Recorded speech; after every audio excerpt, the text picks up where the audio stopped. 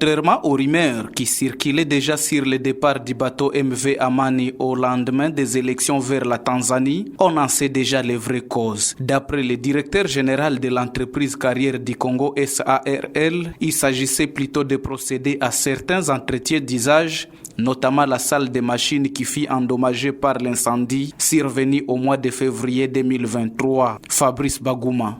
Bon, les bateaux n'étaient pas partis en Tanzanie pour une mission. Les bateaux étaient partis en Tanzanie parce que nous sommes une société commerciale. Et chaque fin d'année, comme vous le savez, une société commerciale a son mode opératoire, sa façon de fonctionner. Raison pour laquelle, comme c'était à la fin de l'année, les bateaux, il fallait que ça aille pour certains entretiens d'usage et aussi permettre aux agents de pouvoir se reposer parce que c'était la fin de l'année.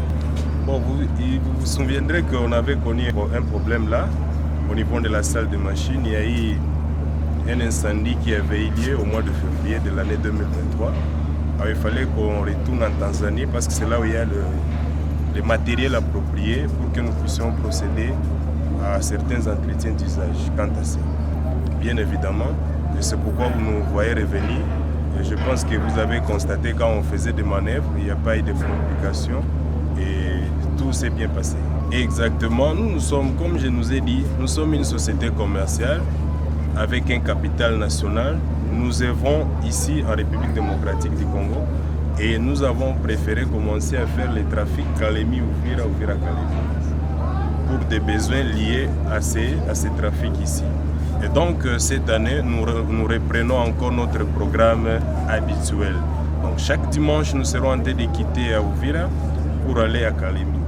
Et chaque mercredi, nous reprenons le même programme.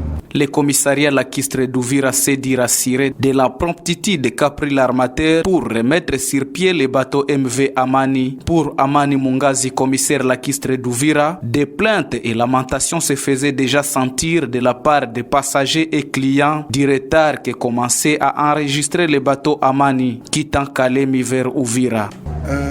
Nous, en tant qu'autorité de régulation, on avait longtemps reçu les plaintes des passagers comme quoi le bateau n'avait pas de performance. Et ça, nous, on a compris parce qu'en avril, le bateau avait pris feu. Il y avait un incendie dans ce bateau et qu'on avait fait seulement la maintenance non appropriée.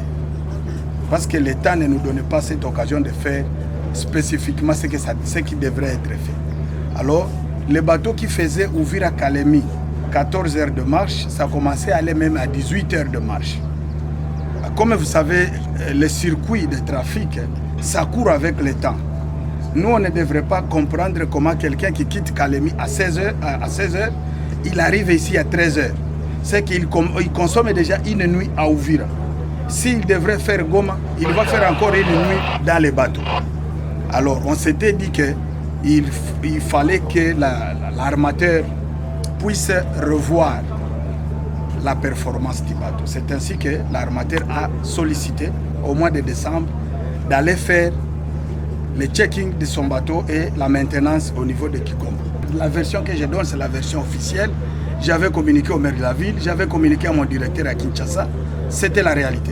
Ce que les gens ont dit, les ont dit là, moi je ne les connais pas. Je ne peux pas répondre à une rumeur. D'abord, il y a la procédure d'effort. Le bateau vient d'arriver maintenant ici, à votre présence. Moi, en tant qu'inspecteur de la marine, je vais inspecter ce qu'ils m'ont demandé d'aller faire à Kigoma.